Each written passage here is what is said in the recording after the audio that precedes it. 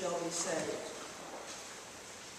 2 weeks ago, on the front page of the Dispatch, there was an article about a young couple who had purchased a dilapidated, boarded-up house and with a year of sweat equity had turned a wreck into a family home, which was now on fire.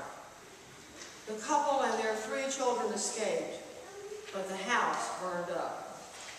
Sitting in their car, the wife said, "It feels like a dream," to which the husband replied, "It's not a dream. This is life." In today's gospel, Joseph finds himself in the intersection of dream and life. The young woman Joseph has planned to marry is inexplicably pregnant in a culture where pregnancy without clergy is not simply an embarrassment, but an offense punishable by stoning. We've heard this story so often it has lost its rawness. We no longer feel Joseph's confusion, his bewilderment. He is willing to be honorable, but the angel is asking him to keep calm and carry on, as though a pregnant virgin was routine. In Luke's gospel, when the angel gives Mary the message, she asks, "How can this be?"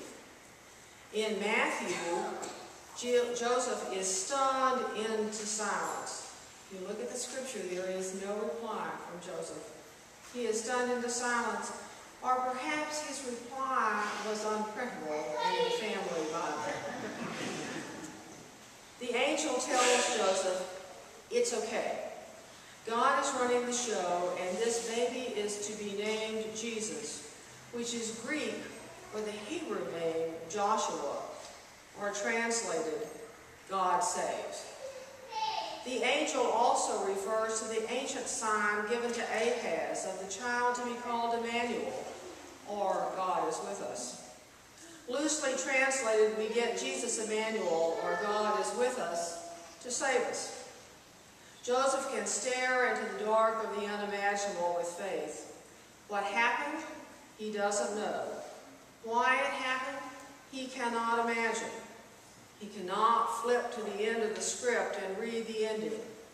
He can only trust that in the hurt, the anger, the confusion, he is not alone, that God is with him and will redeem his pain. In the late 1980s and early 90s, AIDS was a feared and poorly understood epidemic. There was and still is no cure, and back then there was little treatment. Certain groups appeared more at risk. Revelations of private behavior became public. Gay couples whose relationships had been discreet and private suddenly were forced to become public. Long-held beliefs were tested and examined. Unlike Ahaz, some prayed for signs of God's will, and in many different ways there were signs of love and acceptance. Emmanuel.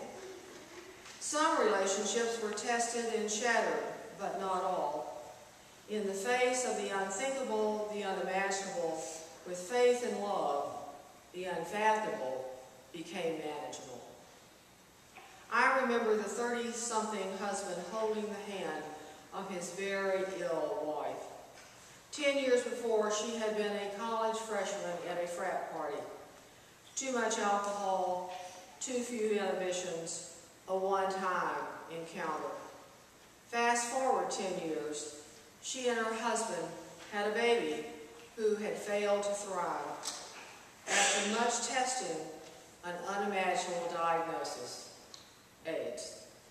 Both mother and child were dying. "How do you cope?" I asked the husband. His reply, "God gives me strength." Sharing in the incomprehensible dark, he held his wife's hand. Emmanuel. In contemporary Western society, an unplanned pregnancy is rarely a life crisis. But there are others: a job loss, a divorce, a maxed out credit card you didn't even know you had, are hidden under the bad stash of vodka, an accident, a terminal illness, or a debilitating chronic one. The police knocking on your door at 2 a.m.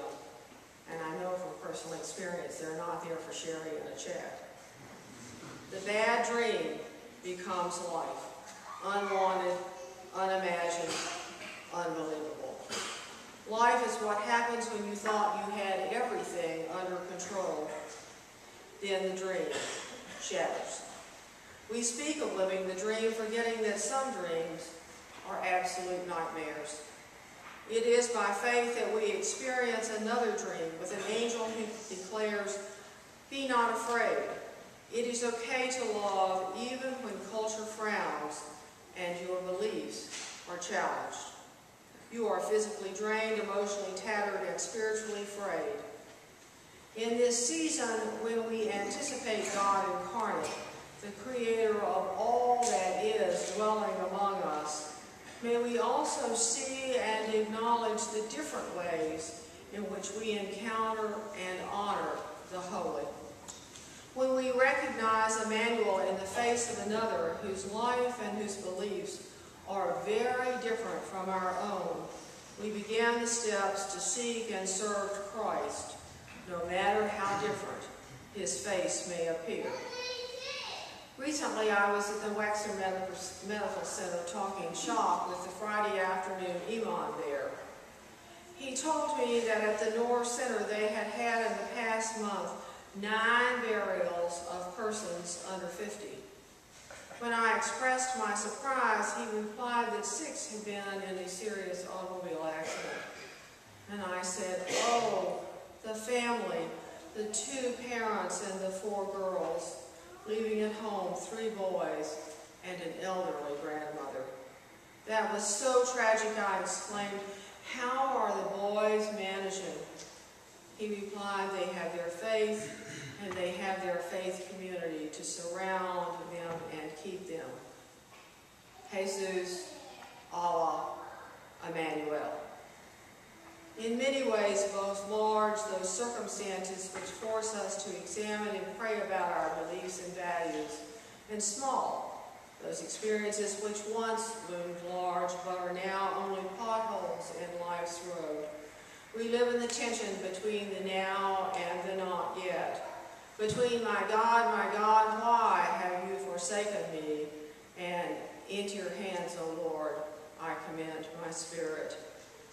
God gives us the courage to step beyond our comfort zone and see the angel as a messenger not of gloom, but of glad tidings, to trust that in the midst of the wasteland, God is with us, to stare into the abyss and see the face of God with us. Emmanuel, God will care for us. Joshua, Emmanuel, Joshua.